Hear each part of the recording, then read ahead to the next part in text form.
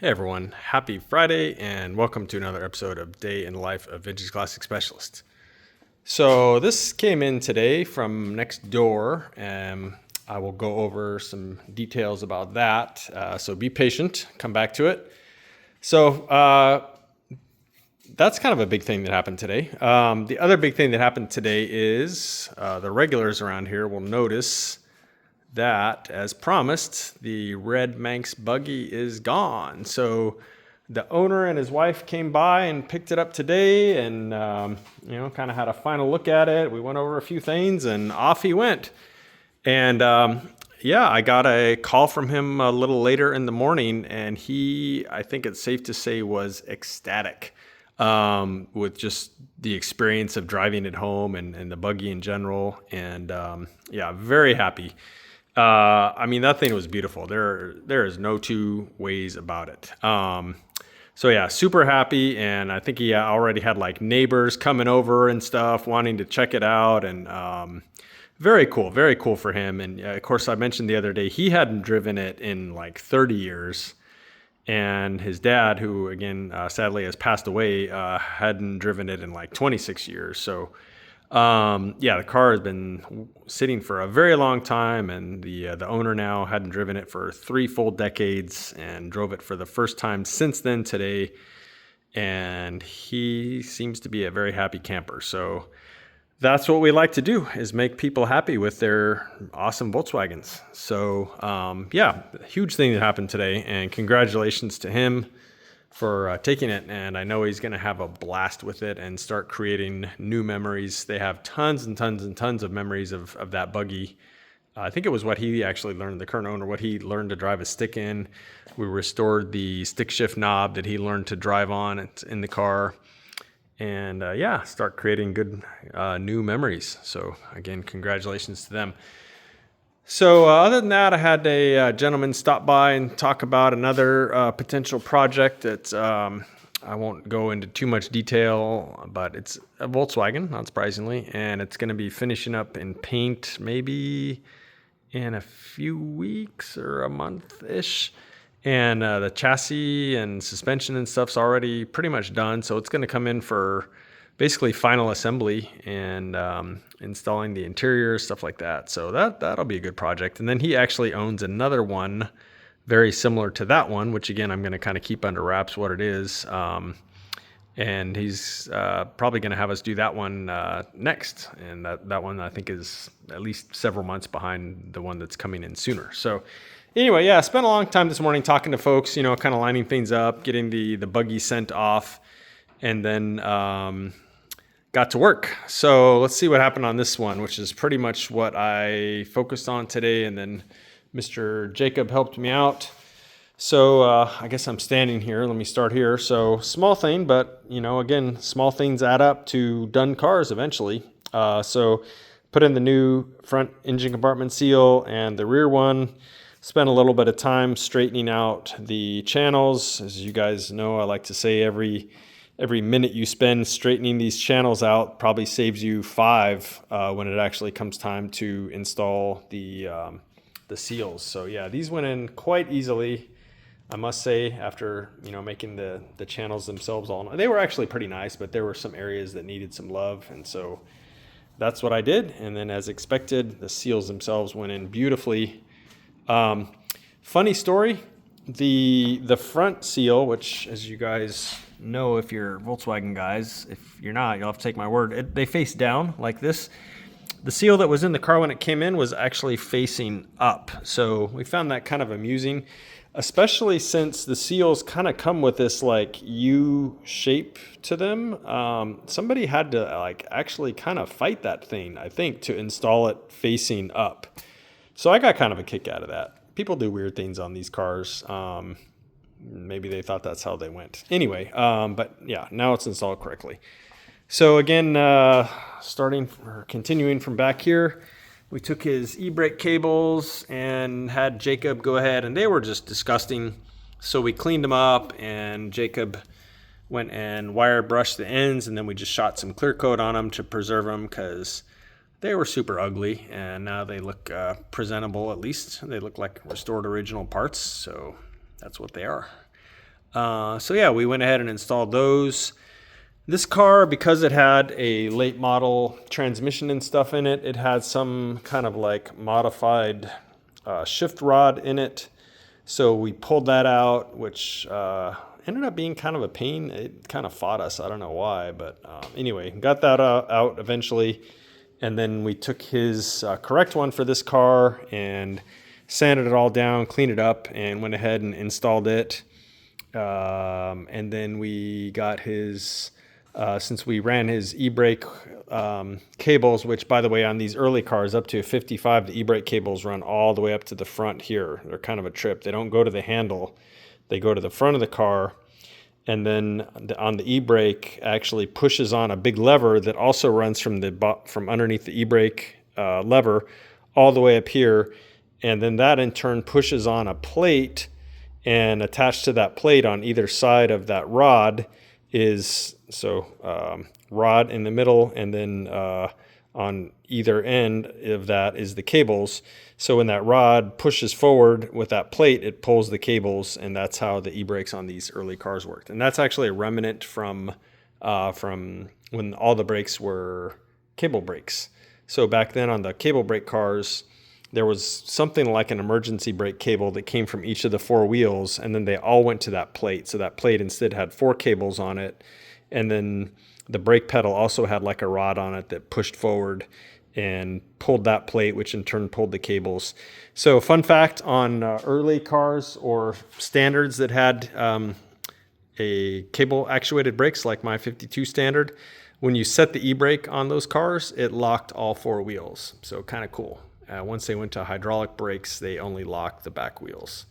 So there's a fun fact for you about early and standard cars with cable actuated brakes. So anyway, yeah, so that stuff all went in.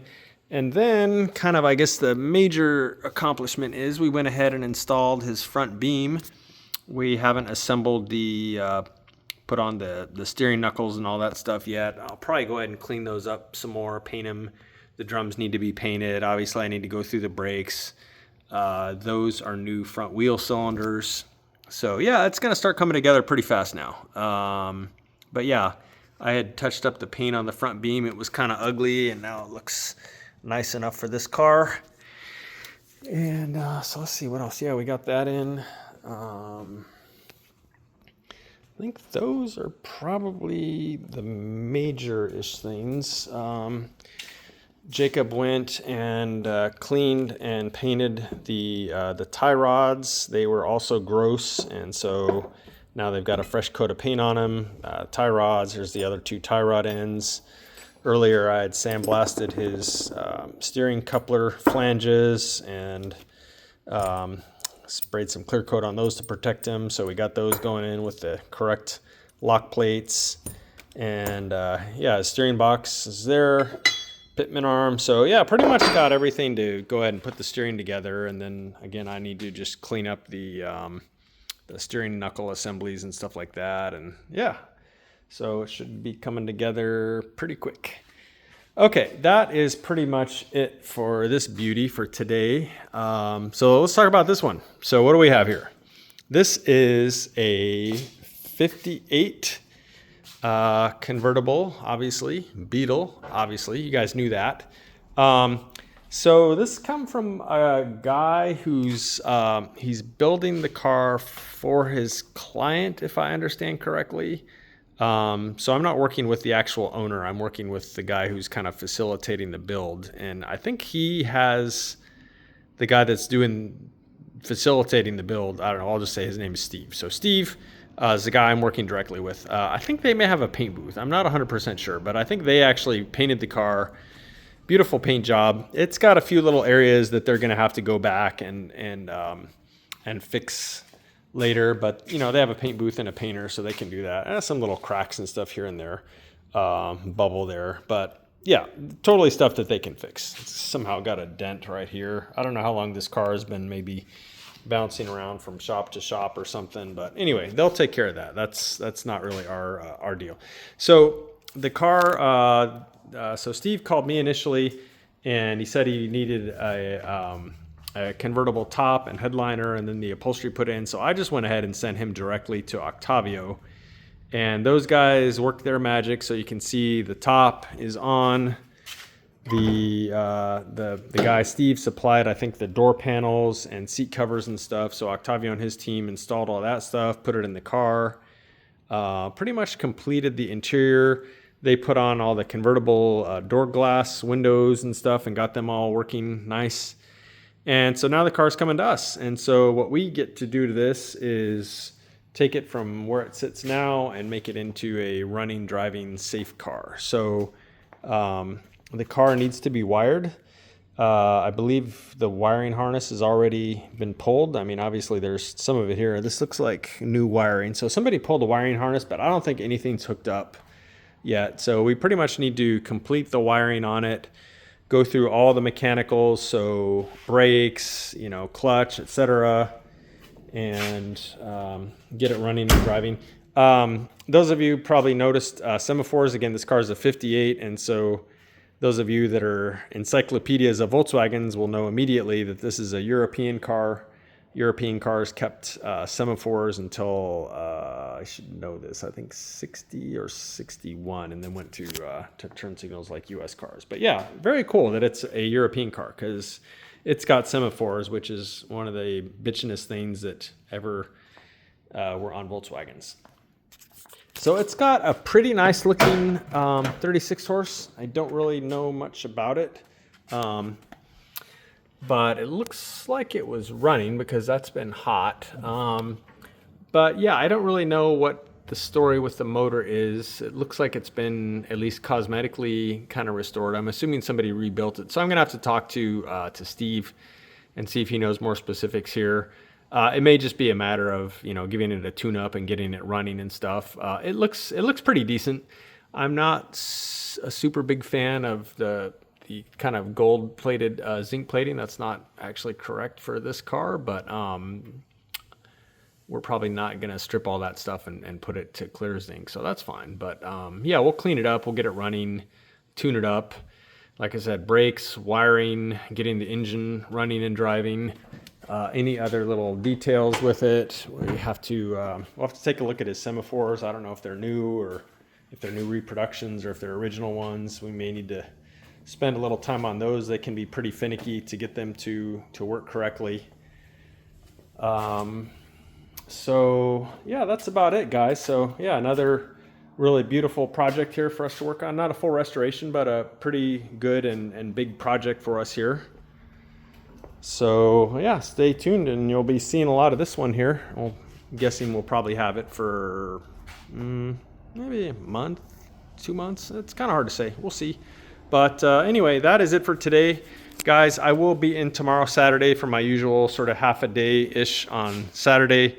By the way, I should mention, say goodbye to this one because Saturday, tomorrow, the owner is picking it up along with his gigantic motor and transmission that came out of that car and all the carburetors and cool stuff that go on that, IDA Webers and stuff like that. So yeah, so this car will be back at a later date to install all of his bitch and go fast stuff. But in the meantime, the car is super fun to drive. I've taken it out on several test drives and it feels like it handles really well just with the wheels, tires, and suspension. So when he's got some power behind this baby, he's really going to have fun. So I'm very excited for him to bring it back down the road for us to install all these goodies. Anyway, so for real, that's it for today, guys. And thank you for watching, and we'll see you again tomorrow. Bye.